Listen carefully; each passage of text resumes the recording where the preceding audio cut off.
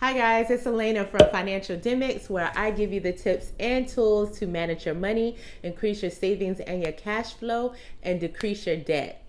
And today we are going to talk about the new scoring model, FICO 10, that's coming out, and whether or not it'll really decrease your credit score. So a couple of weeks ago, the Fair Isaacs Corporation, FICO, actually announced that they are releasing a new credit model suite called FICO 10.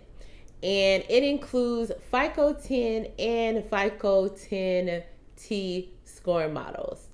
And there's been some hoopla going around about whether or not it'll really decrease your credit score. So before we get into that, let's just kind of talk about your credit score at this very moment. So right now we're on FICO 9. There are a lot of companies that are not actually using the FICO 9 model to run your credit. A lot of them are still using like FICO 8, and then some are using even lower scoring models. So let's look at your credit score breakdown. They currently are using your past behavior to determine whether or not you're going to be good with credit. And that's not going to change at all. To calculate your score, they are basically looking at your past behavior. They want to know, okay, in the past, this is what Elena did. And so based on her past history, we're going to say Elena's going to do this again in the future. So 35% of your score is actually based on your payment history. It weighs heavily on revolving loans like credit cards and on installment loans like your mortgage payments and your student loan payment. So they're basically looking to see, are you paying your credit on time? Not just are you paying it on time? You want to make sure that you are paying your credit on time because it will give you dings to your credit score. 30-day lates, 60-day lates, 120-day lates, those are not cute.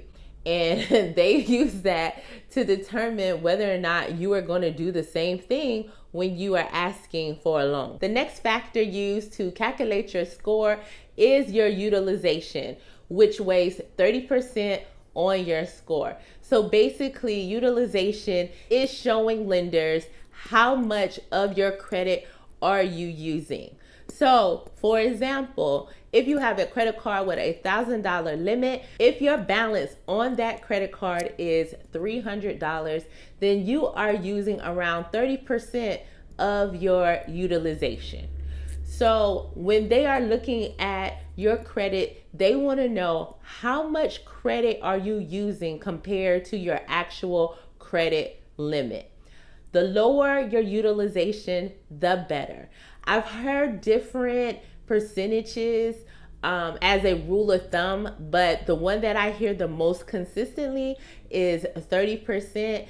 And I heard if you're really trying to buy a home or something, you really should have it below 10%. The reason being is because the higher your utilization, the higher the risk. So lenders are looking at you like, you're about to hit your credit limit. Are you going to be able to make payments on this item that I am lending you also? So definitely want to keep your utilization as low as possible. The next factor in determining your credit score is your length of credit history. So the age of your credit. And that is worth 15% of your score. Lenders are looking at the length of time that each one of your accounts has been open and the length of time since you've had any activities on those accounts. In this case, the longer the better because it gives them a better idea of how you handle your credit. But if you are new to using credit, then of course you're not going to have a perfect score out of the gate. But as you continue to use your credit responsibly, pay your bills on time, and keep your utilization low, it doesn't take long for you to build a high credit score. The next two factors are both worth 10%. The first one is your inquiries or new credit. So basically, it doesn't look good if you are applying for a whole bunch of credit at one time and opening accounts. You really should open credit as needed, because it looks like you need a lot of money and you're not getting it. So it makes lenders weary for that. And the other one is your credit mix. So the different types of credit that you actually have. So lenders like to see that you don't just have credit cards, but that you also have maybe personal loans, a student loan, a mortgage, a car loan, like different types of credit, because they like to see, can they handle different types of credit? Some people may be good at handling, a credit card, but not their mortgage, or good at handling their mortgage, but not necessarily their credit card. So lenders love to be able to see that you can handle your credit, no matter the type, responsibly. So now let's talk about FICO 10 and FICO 10T. So with FICO 10, they want to give lenders more predictive power. I'm not exactly sure how they're going to do it according to the memo that they release, but they basically want to help lenders to be able to determine how you're going to use your credit in the future. Even though you can't tell the future, but they're figuring out a way to make that work for the lender. With FICO 10T, they're actually going to be using trending data. And when I heard trending, all I could think of was work. And when we use trending, we're looking back months and months and months to see what happened over those months. And so as I kept reading, I noticed that's what FICO said. Basically, with the FICO 10T model, they're going to look back at least 24 months to see how you've been handling your credit. So if you had high credit and then you paid it off really quickly and then you started applying for new credit, any lender who is using the FICO 10T model will be able to go back and see how you were actually using your credit 24 months ago. And so that's where the whole thing about this new model lowering your credit score comes into play. So for those people who already have high utilization and are not necessarily making their payments on time, at least in the past, say 24 months, then it may lower your credit score if they're using the FICO 10T model. So whenever you're applying for credit, if they're using that model, they're going to see a lower credit score. Now, if you are paying your bills on time, you have low utilization, you're not applying for new cars all the time, then you shouldn't be too worried, because you have shown a history of using your credit responsibly. The only people who may be concerned are those who are just, starting to get the hang and kind of learning their credit, learning how to handle it responsibly, and are now getting in a good place financially. They may be more concerned if a lender is using that model. So what should you do?